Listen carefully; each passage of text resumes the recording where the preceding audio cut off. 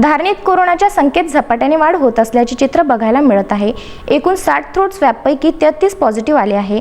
यामध्ये खासगीसह काही शासकीय वैद्यकीय अधिकाऱ्यांचा समावेश आहे। मेळघाटची आर्थिक राजधानी धारणी कोरोनाबाधितांच्या संख्येच्या दृष्टिकोनातून ग्रीन झोनमध्ये होता। मात्र तालुका वैद्यकीय अधिकारी शशिकांत पवार यांच्या निर्देशनानुसार जिल्हा शल्यचिकित्सक कार्यालय अमरावतीवरून थ्रोट स्वॅब नमुने घेण्याकरिता गेल्या 29 जुलै रोजी वैद्यकीय चमू दुसऱ्यांदा बोलवण्यात आले होते।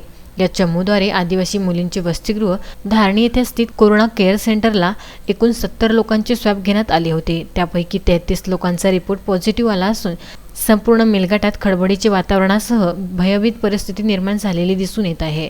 सहाय्यक जिल्हाधिकारी व धारणीच्या उपविभागीय अधिकारी मिताली शेट्टींनी लोकांना घाबरून जाऊ नये, खबरदारी घेऊन सुरक्षित घरी राहण्याबाबत आवाहन केले आहे। पॉझिटिव्ह मध्ये कुसुमकोट येथील संस्था संचालित दवाखान्यातील काही वैद्यकीय कर्मचारी, कळमकार प्राथमिक आरोग्य केंद्रातील वैद्यकीय कर्मचारी, काँग्रेस नेता व शहरातील बलाढ्य नागरिकांचा समावेश आहे। धारणी तहसीलदार अतुल पटोले यांनी लोकांना नियमांचे पालन करण्याबाबत निर्देश दिले असून धारणीत कोरोनाची चैन तोडण्याकरिता जनता कर्फ्यू लावण्याची गरज दिसून येत आहे। लवकरच धारणीत दर 2 ते 3 दिवसात सातत्याने कोरोना थ्रोट स्वॅब नमुने घेऊन रँडम तपासणी स्वतः तालुका वैद्यकीय अधिकारी शशिकांत पवार घेणार असल्याची माहिती त्यांनी दिली आहे।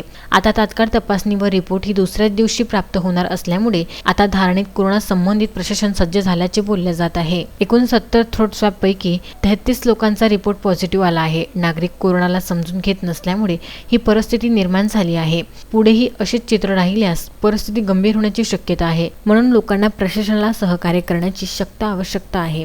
तस्मीन शेख, विदर्भ न्यूज, धारणी।